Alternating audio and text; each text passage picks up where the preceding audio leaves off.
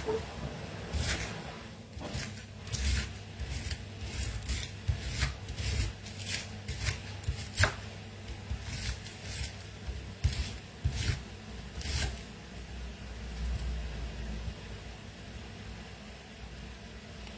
guys, I'm just going to comments. I can't see your comments. I hope a chat pop up. I can't see your comments, but I just hope the chat pop up.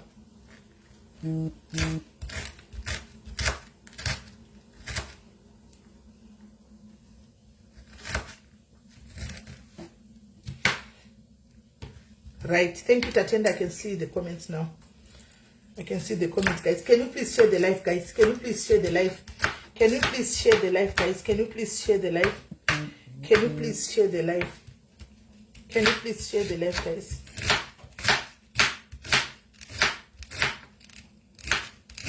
Can you please share the live, guys? Can you please share the live, guys? Can you please share the live?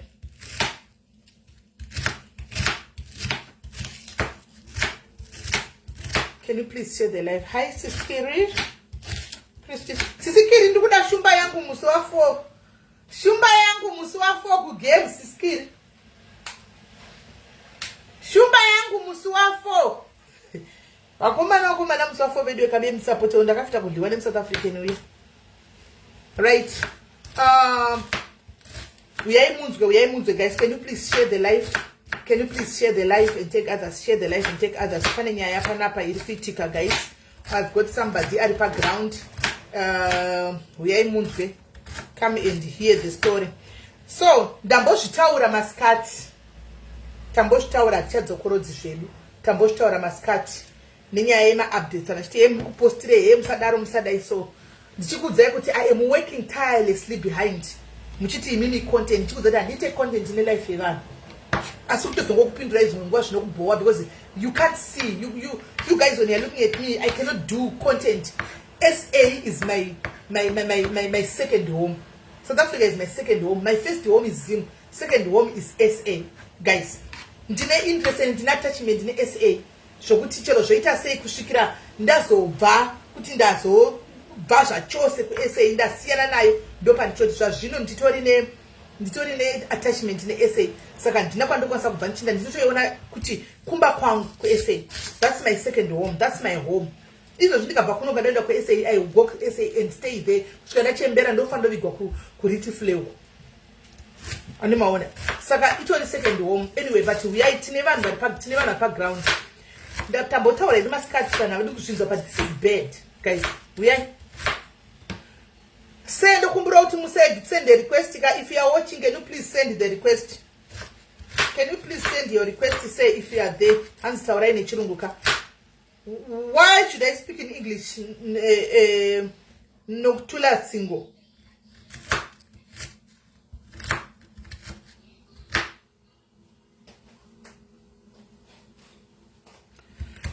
Right.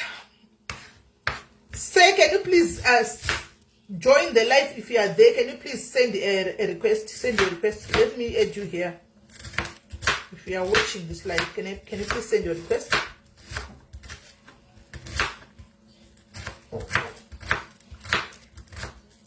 I can hear your phone making noise.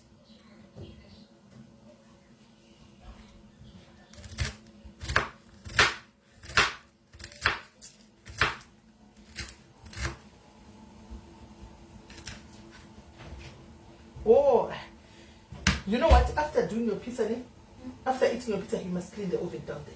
Fake deal, right? Who did your hair? Myself.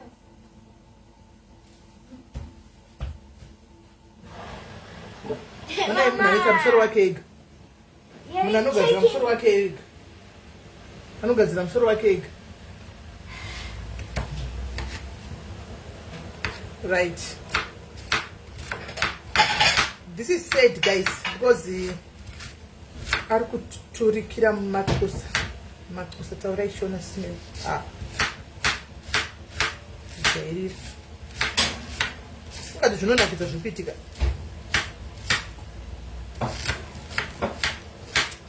Do you think it's funny to repeat? I'm not sure that it's a bit of a chicken for Parkunzi. Pakapani Masbabins are Kunzaka last week on their way home. Do you think he joke?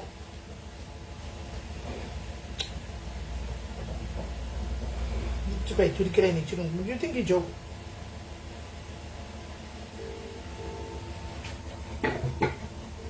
Yes, ndiri palive handisi kuona request yavo.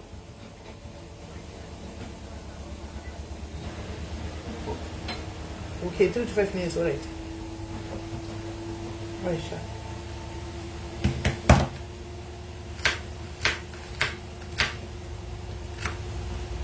Nababa gogo kumba kwenyu kanzi kune gogo ngabata gogo kanzi bata gogo yakaita seniwe.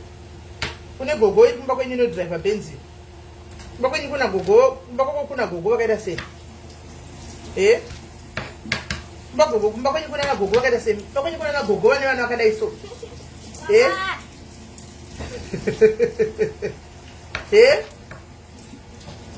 Uribombo klati le mungu. Right, guys. I got me that man 4 to 5 minutes. 4 to 5 minutes when I give a shika, and then we turn to a pub. And 4 to 5 minutes to batter tangle pub. Oh, do they akura guys? They are outside. Do they akura? Do they are sisi guys? Sisi. Mami sisi doi. Proud.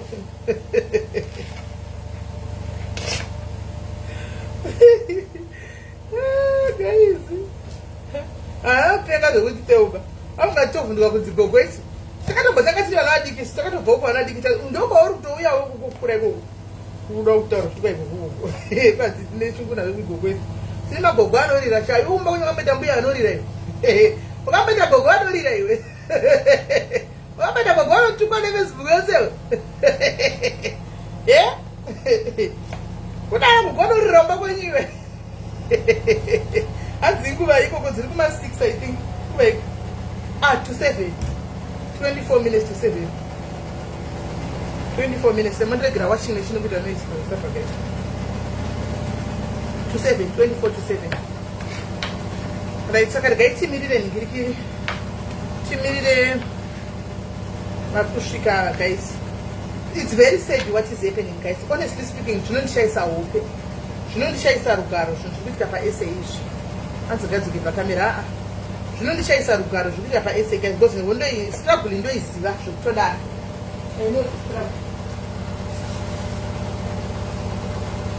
I know the struggle zvokutodana. So guys,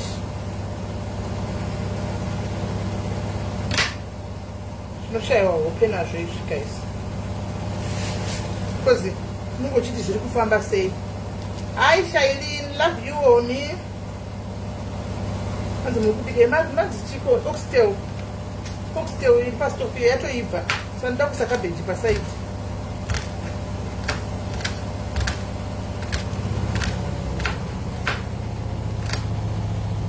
Anzi zuva rodoka time hanzi munogara kupi ndiri kuno parway.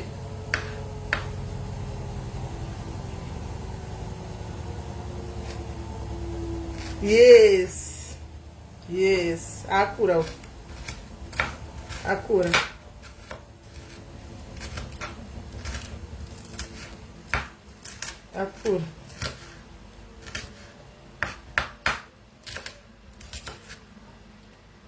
Isai mazita, guys, those who wants to go home, isai mazita, ndataura kudhara, isai mazita. Please, nyoresai mazita. Vari kuda kuenda kumba, nyoresai mazita kune ma-admins epano pa-diaries, please. Sisimekuda, inonengwa ndigonera Cynthia. Chibage ndipo osvi. Inonengwa wagona unacho, ndikasokusona kuseri. Ndipe chibago. Pewe. Aiwa, atingamborari guys, knowing kuti vamwe vedu havana kurara. Makatsikwa konzo kudaro, because hatisi kuziya. Inini chishuwo changu chokuti vanhu ngavangorarama chete. Anoona, izvi zviri kuitwa nemhuka dzeSouth Africa idzi guys. Imhuka idzi guys. We are dealing with animals here. Anoona. To deal with as much as tingada kuzviignore, we can turn a blind eye and say what and do what guys. Zviri kutoitika. The best that you can do is to help one another. Mumbomira zvokuda kushomoresa vanhu nekutukana kuti mazodini imbosiyana naizvozvo. Tozotukana kana muri safe. Kuma admin epanapa. Saimana mazita ikoko. Kana mave safe tozotukana. Andika mozoya mochitutukana kana mave safe. Zvaizvozvi everybody is not safe ari kuSA. Even urumba memurungu. Hausi safe guys. Tozokuona kuti muri safe kana zvapfuura taura zve 31 izvi toziva kuti no guys, our people are safe. Kana musati tadarika papa, no guys, amusi safe. Let's care for one another. Zvino kuti kwa taura zve ku UK taura kuti kudi kusina nyaya dziriko. Hakuna vanhu vari kukurawa kuno kusanotaura kuti chi. Taura zve koko ku South Africa kuri kukuwadzwa vanhu. Cynthia Barbara usadaro wedwe. Ndokungori kudaro kuti ndikani postirei. Ndikani tende vasikana. Ndikani mbotanga ndichimirira guest yedu ikuya iyi. Ndikani mbotanga nekutenda wedwe. Ndine my sister anditika vari pa Australia vari ku Australia nezuro vakangondifonera from Norway ndiri kusera nezuro vakandifonera from Norway zvikanzi Simeni ndiri kukumbirawo postcode yenyu ndikati kwakanaka here ndibva ndati handei ndiri kubasa izvi kanzi pane pasi ndati delivery mangwana kati manje mangwana ndiri kubasa mbe kusina munhu bva ndava postcode yekubasa ndibva ndarisira pasoro yangu mbere ndikutadzire pasoro yangu yandakatumikwa.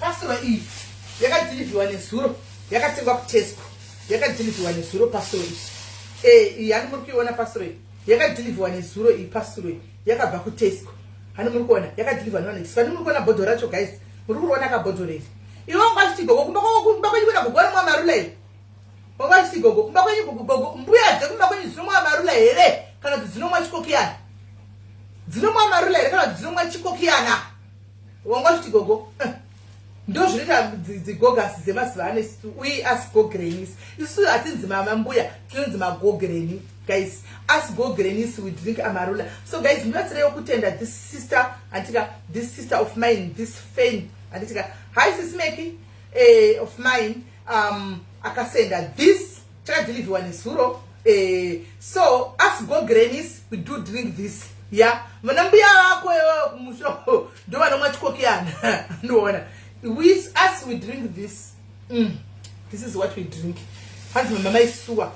Iriko zvayo kuningi iri kuteswe gogo but ndanda kumbuta zviri padhuze pane kabhotu stock ari pasera apa. Saka ndinongona ndinotenga Baileys ipapo ndinotsera kufamba kuenda kuteswa.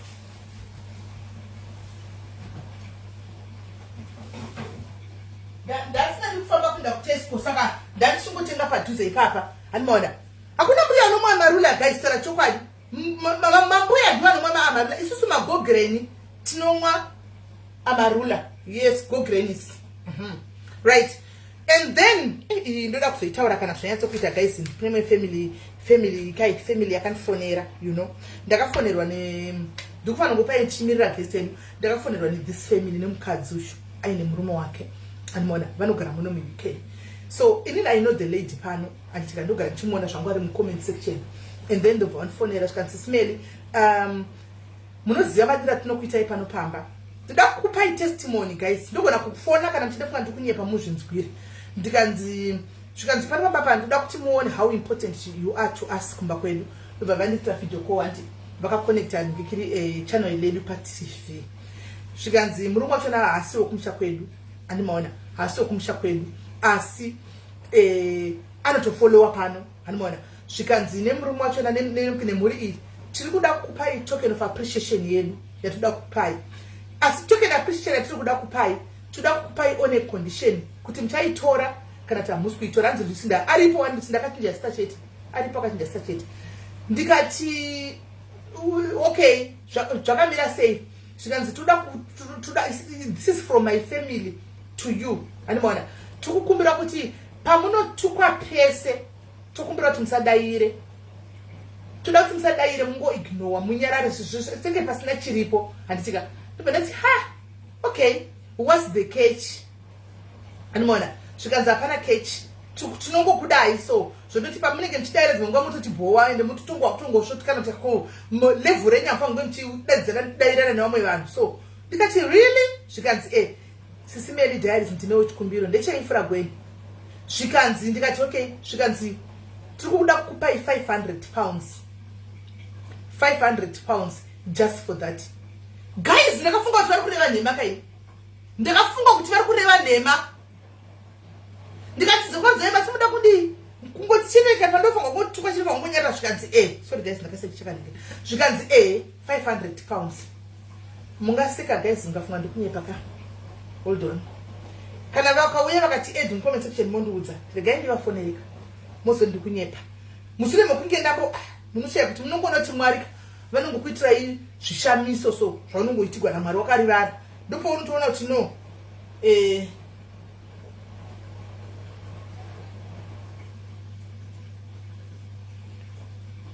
mubono kuti Mwari vakangooma so anoona ndakatorivara zvangu vananzoti ndoreva nhema ka mungazoti ndoreva nhema ndakanzi you don't have to answer musapindure chero zvikaita sei asi 500 is for you to just go and enjoy yourself asi musapindure ne5 yoy makambopiwa 500 pounds guys makambopiwa 500 pounds chidaira udhuni nyadzisawozvo nyadzisawudai tozoindi kunyepa zvonai my sister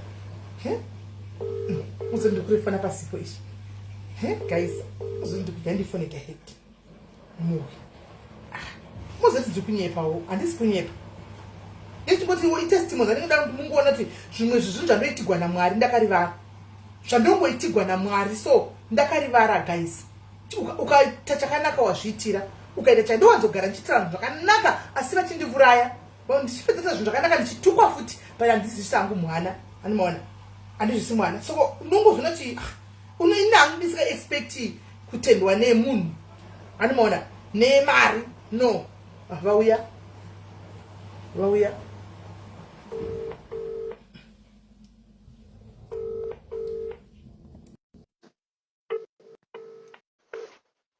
hello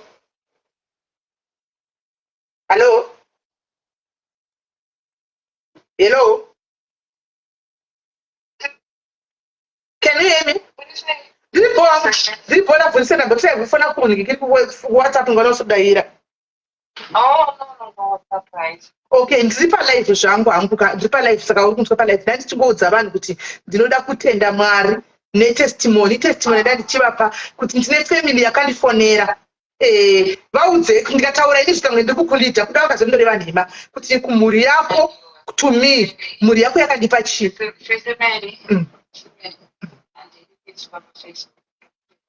oh all right no it's fine okay handi mashuwa kahada ndikusa paFacebook asi mawa handitika nyaya maiwa ndoda kutenda Mwari washuwa mwini wangu ndoda kutenda nokuti chinhu chokuti ndiriku itestimony kuti ndichida kushare nevamwe nokuti ndoga ndiri kukundikana kuti ndinyatsokuchigamuchira waona all right iripo aionda kubvisa hangu palife kuti akatoka but it's fine tozotaura all right totaura kusema handi maona ka muzozoti ndikureva nhema ndisikunyepa kwirai hanzvadzi vanzadzi vari kudonha apa kwirai hanzvadzi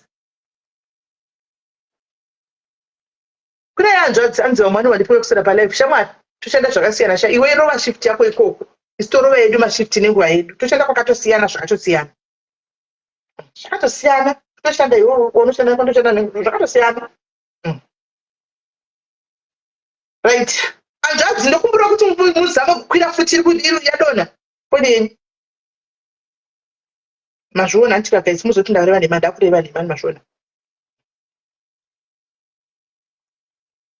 just like that ukaita chakanaka ndakadzisa paupenyu ukaita chakanaka wazviitira ukaita chakanaka wazviitira ndisi ndapana nhonga chitokubvunza kuti unzi uripi alo sei ndikuona kuti azama kukwira but adonha saka ndiziva kuti ndoita sei can he not call Alright, ndikuenda kutumira nhamba yake muite kuona paWhatsApp. Alright, sharp. Pentumi nhamba yake ndikafonera. Nyasha dzedenga dzinongokuloketa so kari apa vachindifonera pafonesi rowacho kuti ndakaenda pakufonerwa futizve ndaitigwa futizve rimwe shura rekuti ndakati kwete shura rimwe zero pafadzi kuti ndakati nhai Mwari do I deserve all this guys mari pafadzi ata kuduruka guys ndoda kutenda Mwari handidi kushora ndoda kutenda Mwari ndosaka muchiona papa ndisingazokundikani kuti ndisingazogwadzisi kuti pakanzipata dambudziko ndine mari dzakafanira sese papapariyo iyoyi handimona ndinoziva kuti 30% inoendawo kune vamwe vanhu inichitazvawo 70 30 ndikuisawo kune vamwe vanhu anzi zvinoitika muprofesa kini shuwa naye ndikutozviona ufunge naingo zviandamaina ini mbona naito zviandamaina ida kutotambawo zvinoita vamwe akazoona kuti no man shuwa ndinonyatsokuona kuti ya mwari zvamene zvari kungonditira so watanga nokuti wakuti ndakapiwa mari wakuti simeni ndokumbira 1000 simply because wakuti ndakapiwa mari yangu imari yangu kaya imari yangu yandakapiwa kaiya haisi yako iwe wakuti paichindipawo 1000 ini ndinopa munhu andotinyatsoona kuti haana ndiwa ndikupa izvozvi ine vanhu vandotoziva kuti ndine vanhu vangu ndakatageta kuti vakatokangamwa kuti vakabhubhudza nhamo dzavo ndo vari kuwana 30% idzodzo iyoyo ivavo vakatokangamwa vakambotaura neni ndo vandakupindira kuti ndiya chindipaka maacount details aya tigadzisi bhadhari kana ndipe pekubhadhara ndibhadhari ndoga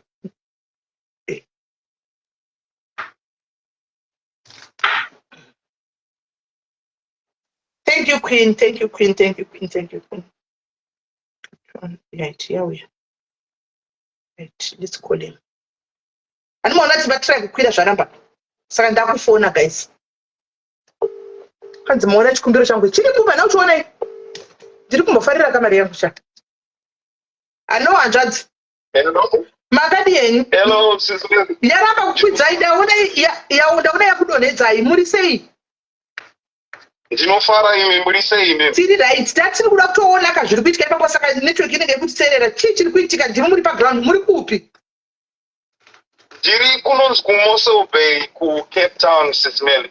All right. Western Cape province. Okay. I think Chiptanga, thank you so much for bringing me a platform, you know.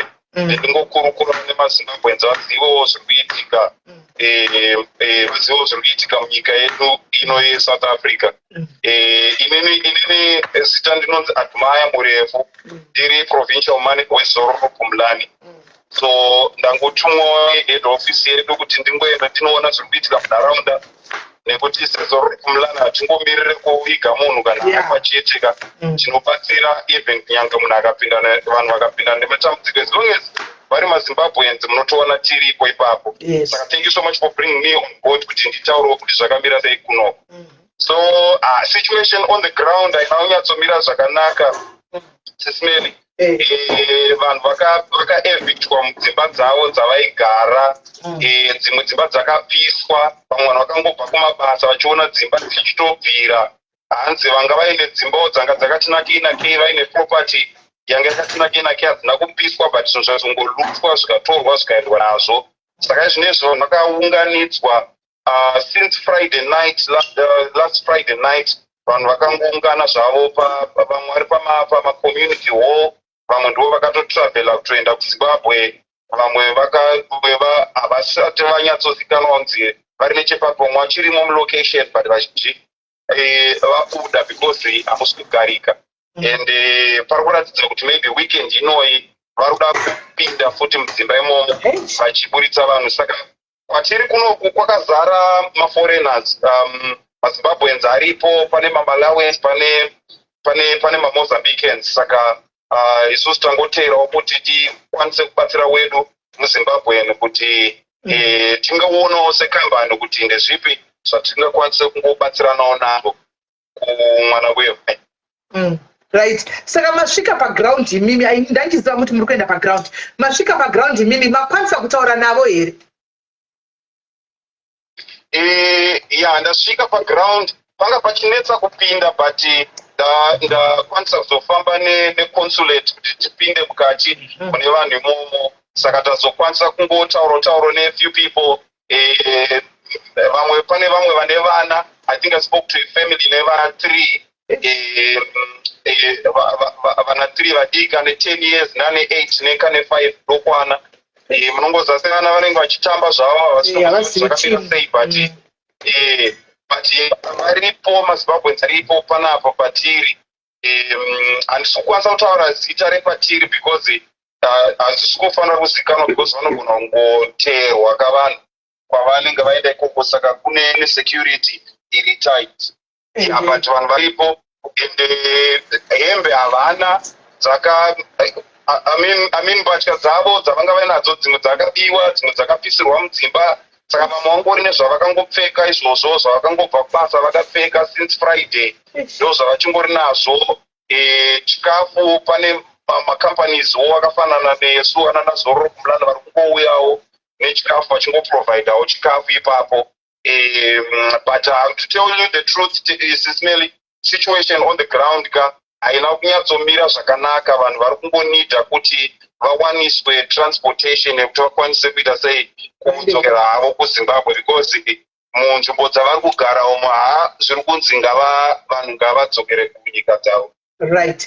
Thank you very much, Andrati. Ndokumbura kubvunza ndimi kutaura nevanhu vari paground ipapo anditi is it a case yevanhu vari undocumented kana kuti yatongove case yekuti havasi kutoda chinonzi muzimba? What is the situation like pamakataura navo? Situation ndeyekutongoti munhu wese asiri muSouth Africa munomba haatongodikanwa.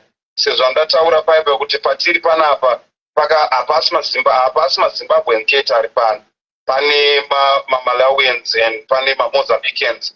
I think those three nationalities, Zimbabweans, Mozambicans and Malawians, ndo vakanyanyisa kuwanda panzvimbo pandiri pana.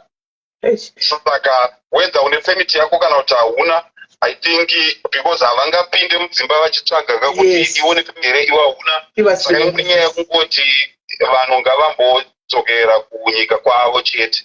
Ende ndakanzwa kuti pandachinzwa pane vamwe nzvimbo ino yanga ine hamunozozvezve kuti vanhu vanongosetla in a place and then vomba vatotanga kutovaka dzimba dzavo ipapo and then zvova zvatozoaprovwa necouncil. Saka pane vekumushawo vamwe vanga vakatovakawo dzavo dzimba, vanga vatori neland yavo yekutoti vatovakawo dzavo dzimba handiti ivavo vakatargetwa vazhinji vacho because munongoziva mwana wokumusha kakana akuvaka nevazvo vanga vakavakawo dzakatinakei, saka dzadzinozikanwa idzodzo kunzi idzadzisi dzevemuno dzakutotorwa idzodzo. I think vanga vakatongodzitarisa nakare. Saka ndo imwe information yandanichingonzwawo pandiri kukurukura nepandachingokwanisa kutaura navo. Right. Thank you very much, Andrati, this one. Right.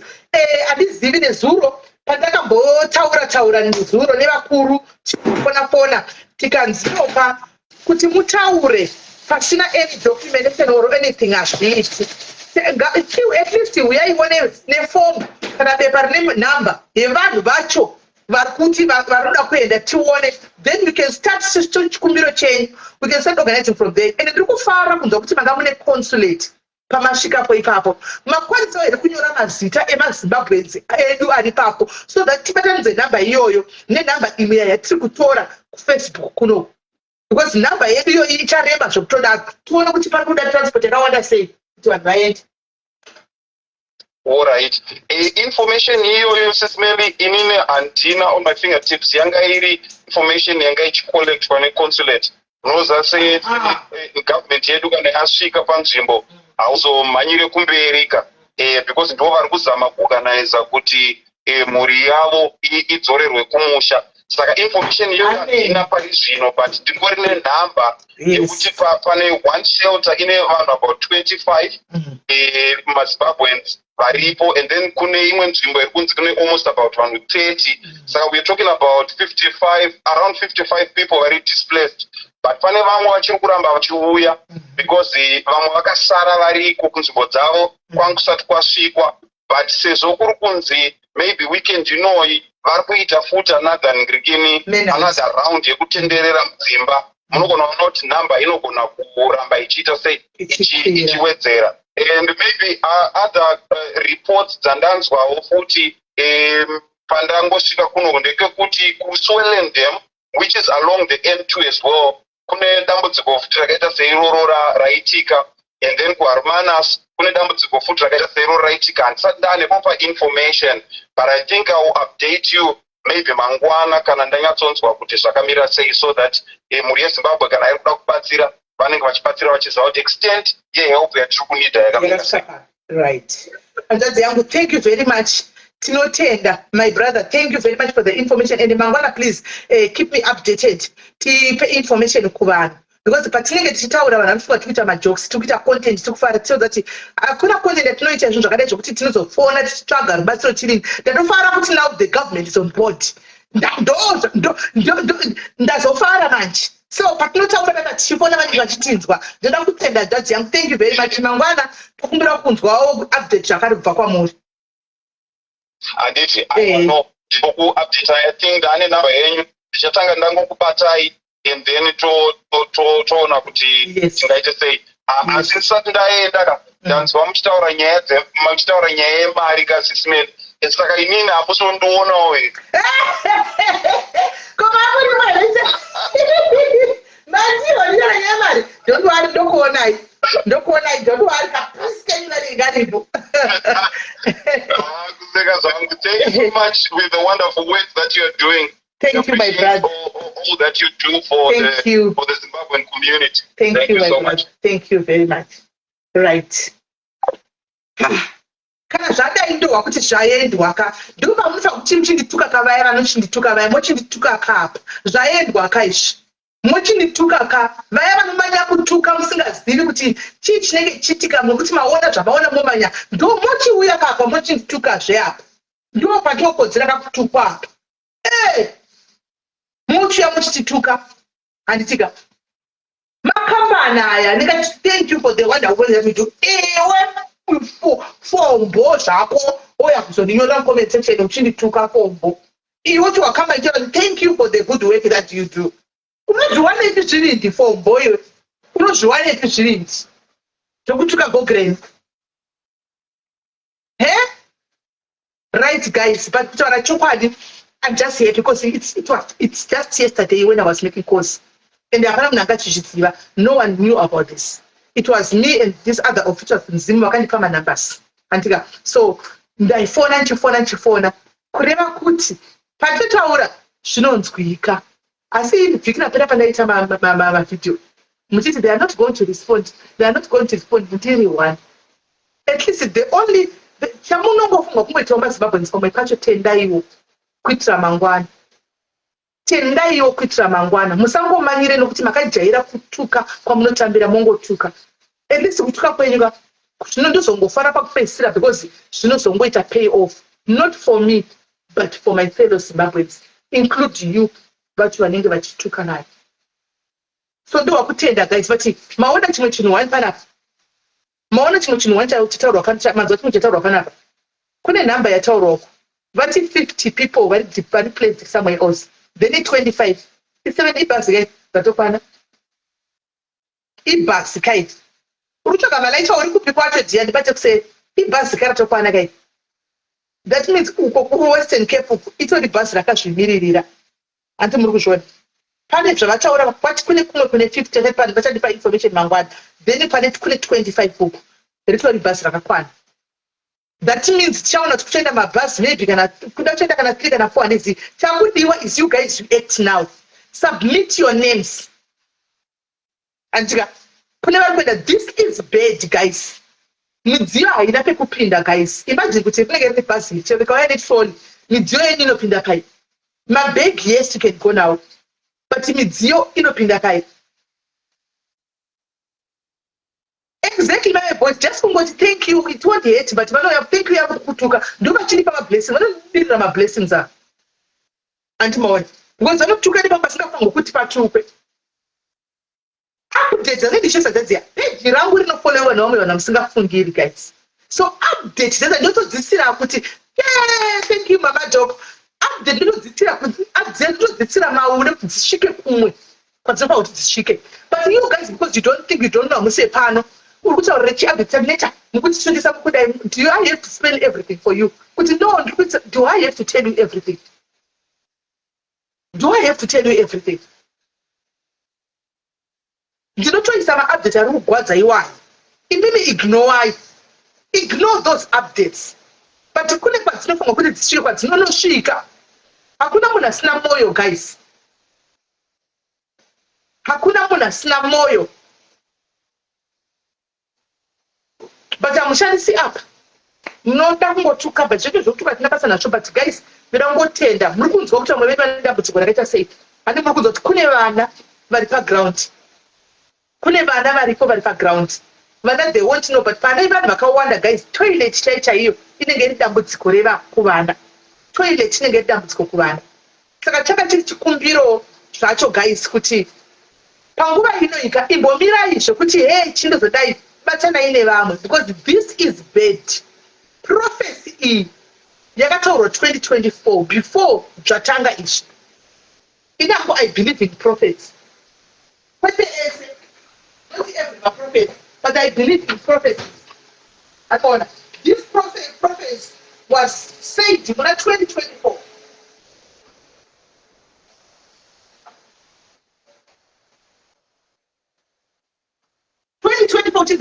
South Africa, but it's going to be Ropa. So at least we don't know Ropa, no can even Ropa you. Simply because we could happen to Zimbabwe. Ndambota ura maskati pano. Kunema kusiri pano vanga vari politikati guys. Zvimnani kuende kuZimbabwe. Majumwa maenda. Istozo basara kuzotaura kuti guys tine vamwe vedu vakaenda vachijumwa. How about we buy them bero? How about we buy them huku? Vawane pekutangira. Then you start from there. I know the pain of Garamunika for 20 years. I know the pain. I know the pain. Trust me. Mariko hakuna toilet, hakuna tea, hakuna kana toothbrush, kana chivaka ngobuda vari vanhu patiendi. And then you think we doing content ezvinhu zvakadaro. It's said. Nyotsere kuma kune madhimini edu epanapa nyoresa imo. Kune madhimini epano nyoresa imo muri stiro richaendesa imo. Unoona. So thank you hope, thank you hope, thank you hope, thank you hope. So guys, zvokuti eZimbabwe nzira itina ungatibatanei bani. Time yatiri ino haisi time yekusorotedza zvinhu zvisina basa. Tine ma-pressing issues ari at ground. Seiwaya. Namba yedu yevanhu vakawanda iri kuSouth Africa than kune dzimwe nyika. Namba yevanhu vakawanda iri kuSA than kune dzimwe nyika. So imagine munhu ouraiwa just for staying in South Africa for 15 years achita life yake ozongonzwa kupedzisira auraiwa just like that. Zvinonakidza here. Tinoridya tikarimedza here. Madhimini akawandisa aripo comment section. Umwe ari kutotaura parunyora chokwadi apo. Umwe ari kutonyora chokwadi uyu akanzitsiri noona uyu ndi admin submit your names there. Kune veketa normally tine magroups atinawo. Team diaries ndigoona kuti muda kuzoenda kumba. Kwese kuchanyoresana siri pano padiaries. Imina musati manyoresa. Kunonyoresana mwana robva kumwe kune mamwe mapage. Because this is not about diaries only now, it's about everyone. Imi mozoshayiwa kuti asisi zvatanga kutaurwa pano kubva masikati ndichingovukura. Hatisi kuvhundusirana guys. Tiri kuti just be safe. Thank you hope kade. Thank you Tete Chaivo. Thank you my sister. Hatisi kuvhundusirai guys. But the idea is tiri kuda kuti muve safe. Totukana muri safe. Ngatitsondorane histereki muri safe. Kwete kuti munenge makuvadzwa. Nenyaya update vamwe nditotaura kuti kwaidzipentika chakati paunopfuura nepo everyday. Iwe uri kubva kubasa unopfuura nepo unobatanidzirwa patambo pa-update. Simply because kuti hanzi handidi kuona update zondipa stress watadza kuona update. Musadaro guys. Mazvinzwira handiko paground but hatine vanhu vangari kuenda paground. Because nezuro I raised nyaya iyi nezuro. Ndakaraisa nyaya iyi nebhura bosi angati bosi zvinhu zvikuitika muzvona. Kune vanhu vari kunzi vakamhanyisa kuCape Town kuEastern Cape Covid. Andika tine branch kwavadi kuti vambosvikapo tinonzwa kuti chino vakati tiona tingabatsira usaise kambani. Ndo basa rangu sabrand ambassador kuisa mamwe ma-ideas. Sezuro bombula tuone vanhu ava probably havana chikafu. Tuone kuti tinobatsirana sei.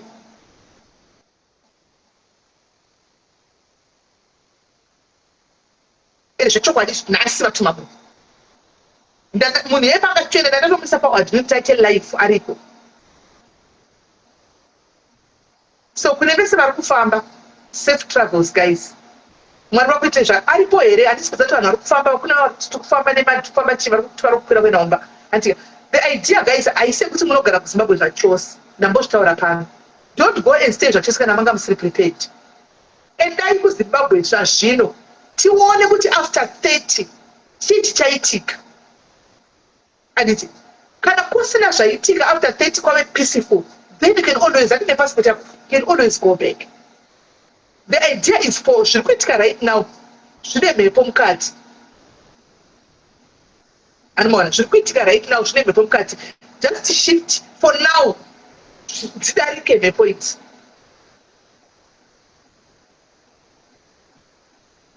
South Africa, by the way, munona mentality nemunhu South Africa has got issues with Shonas. Ndopaone problem papo ndo mentality iyo mentality yakane ndoichakuvadzisai.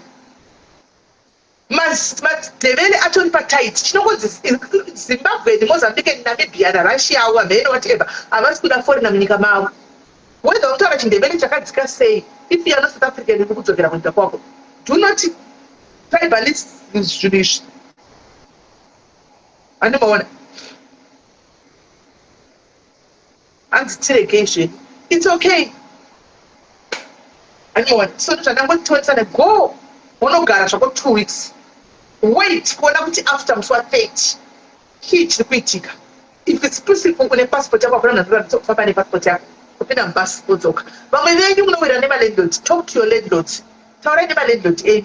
Andika kana une imba yangu ndiri kudzoka ndokumbira kuchengetera I'm just going home ndodzoka. Kana uine mari siyo bhadhara rent next month. Woenda kumba wonogara uchiona se you be surveying the situation mutakambira sei. Kana kwa principal okura uya malandlord ambo kudzimi because aritoda mari yako yerent. Ukatobuda iwewe hakuna South Africa anobhadhara ida unobhadhara iwe. So guys, this is the update andinayo zveswara nhasi.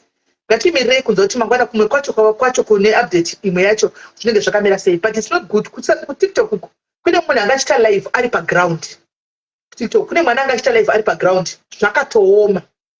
Kune vaona live kuTikTok uku kune live angachita zvakatooma. Andikuona paground vanhu vasati hii saka hii ndoyatisiri kuda. Kana ukaenda nebhasi regovernment ukatakura magombeze ako hakuna nokubvunza because zvinodeclarewa negovernment. Hakuna haubvunzo kuti une chii kana kuti une chii. Bhazi rinodeclarewa negovernment. Unongoenda nemachira ako. Kana ukakwira bhazi iri aya mabhazi aya unongoenda chero nemachira ako 10 unongoenda nawo. No one who asks you because bhazi rinodeclarewa negovernment. But ukanokwira public transport machira ako waenda kunobhadhara kuboda. Is it 200 per blanket? Ubhadhara mari yemablanketi iyo. Zvako. Inonzi rebate, ubhadhara rebate yako. Naikeseri mabasa anopera anotogwa nani? Mabasa yawo kuti anapera arotogwa nani? Ukagona maSouth Africa dzachenda mudzimba dzevarungu. Kuti machembere ndio anoshanda. Ukagona maSouth Africa vadipa chochenda mudzimba dzevarungu. So guys, inini hangu pangu ndapedza. Ndo zvandabvira ndanguya nayo. Panguva ine haisinguve kupandukirana pachezvedu. Takuita kunge maSouth Africans arikupandukirana pachavo vachiurayana pachavo. Haisinguve kupandukirana pachedu. Inguve kuti tibatsane pamwe chete. Let's see our fellow sisters and brothers varikuenda kumba kuti vafamba zvakanaka. Iwewo benzi roitiresi zvavanhu. Kwaibuda muzvinhu zveese.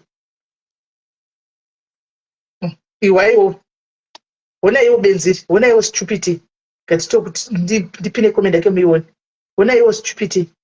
Inonzi tiresi zvavanhu. Ona zvaanonyora. Ona iwo zvinonyorwa natiresi zvavanhu. Zvaitika pano you were not there wangu yako akira. Zvinhu zvaitika pano you were not there. Zvanga zviri pano wanga usipo. Wanga usipo pano. Wakuya pana pakuzotora zvisina nebasa rese. You were not even here Tracy. Wanga usiri pano you. Haukuza chaitika chii wanga uya necomment. Ndo vana ndachitaura. Ona you were not even here. Panga pauya vanhu vachiti vari paground. You were not here. Vakumbira live. Urikungouya necomment rako because utori nemweya wetsvina. Unoti dhimoni pachezvako. Vanhu vakuvara uko. Hatisi kuzobuda because tiri pano kubatsira vanhu vedu. Taunza mabhazi waunzei. Taunza transport yevanhu iko zvine kuendesa vanhu kumba. Iwe waunzei. Tracy waunzei. Chawaunza chii? Waunzei chawaunza chii? Isi tatoorganizira vanhu varikuda kuenda kumba, varikuenda kumba chifambai makadai. Iwe uri kuitei? Kune vanhu varikutonzi pane vana vane chiyuko vakazara varikutotambura varikudai. Iwe shamwari Tracy, I was in SA before you were there. Uri kunzwa? Nditori neattachment in South Africa. Ndakagara muSouth Africa musati wapinda muSouth Africa iwewe. Andiri kuzvinzwa. Nditori neattachment in South Africa. Nhasi rega ndiri kuenda kumba ndichida kuSouth Africa. Hautauriri zvokuti hanzi munoenda kuSouth Africa, munosiyana South Africa is my home. Iwe hautori na property South Africa iwewe Tracy iwe. Hautorina. But you are telling me that iwe buda muzvinhu zvedu Tracy, buda muzvinhu zvedu dofore munhu, buda muzvinhu zvedu Tracy. Chihure wachava kuhurira ka uri hure rinofamba wachava kuhurira tachena kuchaita uka kuzopedzera chungu pano. Buda muzvinhu zvedu, buda muzvinhu zvedu, buda muzvinhu zvedu, buda muzvinhu zvedu, buda muzvinhu zvedu. Kune vanhu vakakufanana naye iwe. But anyway, ngatisiyane naye hana basa. Andimona hana basa. So guys, ndozvatakatara kuti titaure pano.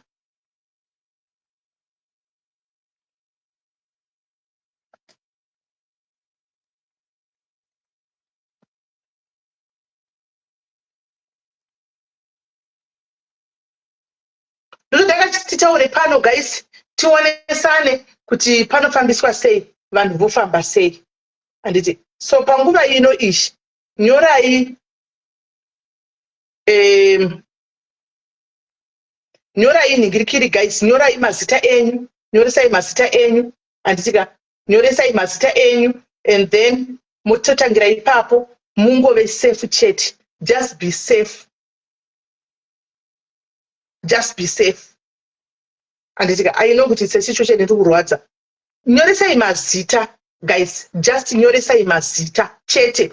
Chingonyoresai mazita, then after mozoudzwa kuti zviri kufamba so kana kuti zvichadai so far ndisati ndaziva kuti transport ichazofamba sei. Imi kunyoresai mazita first step, nyoresai mazita kuoneka kuti vanhu vacho makwanda sei, transport ingadiwa yakwanda sei chete. Animaona chete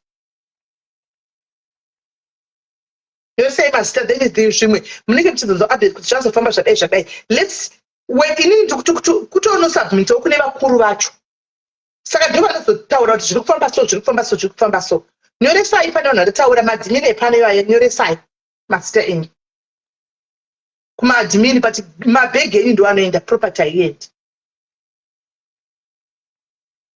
Handimanzwisisa, musazojingisa ipapo kuti property, mabhegi ndo anoenda, nzvimbo yemauyu kune kusina.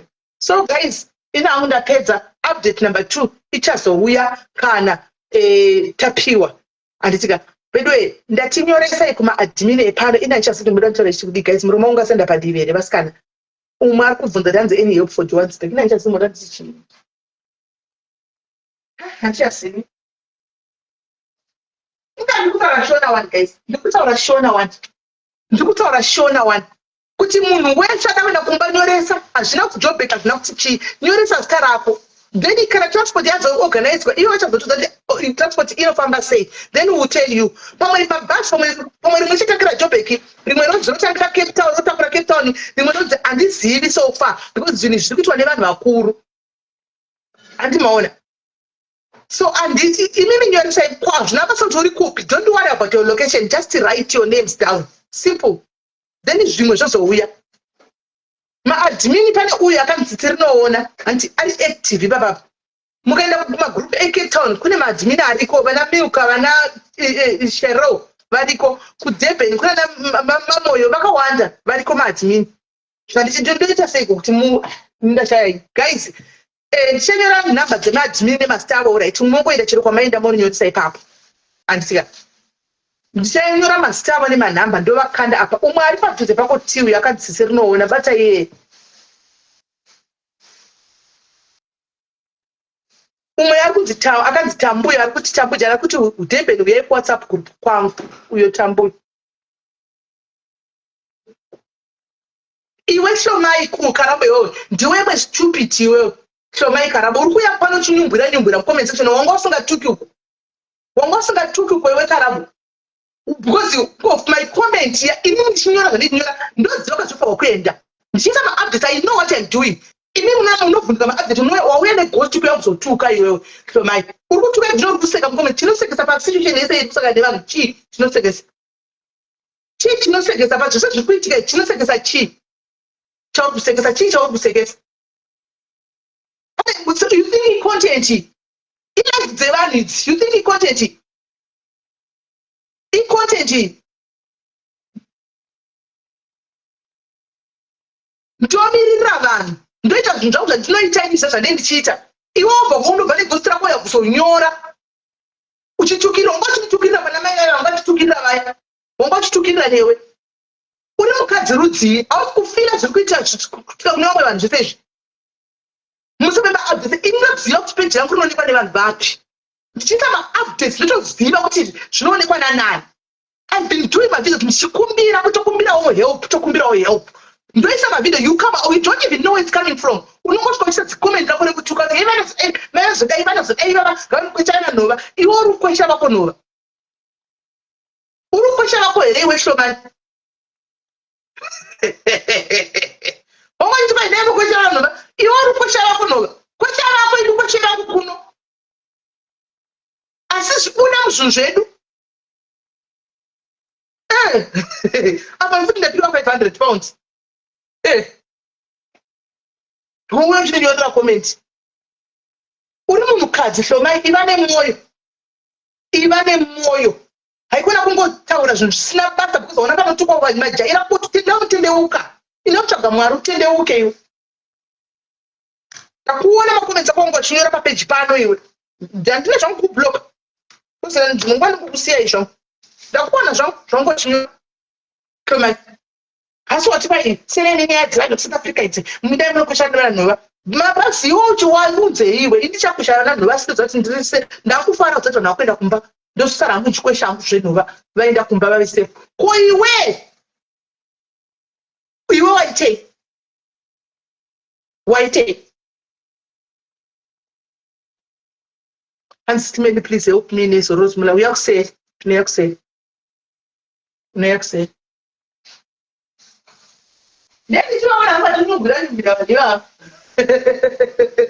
ndichivaona zvatinobwira mumakomenzi mangu zviviri zvacho ende mazimbanza mumakomenzi mangu ndimomaningachazokutukira guys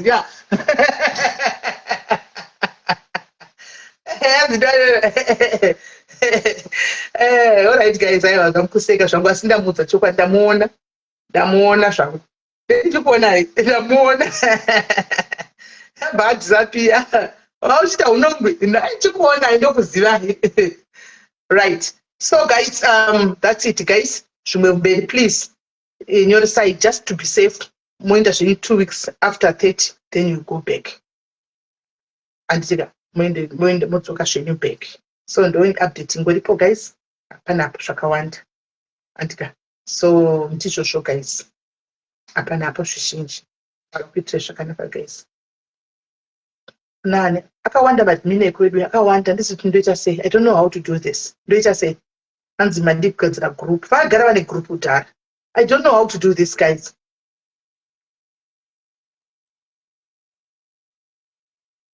Manje sipakurwadzira vamwe vedu guys. This is life and death. Topa kutorwadzirwa vamwe vedu.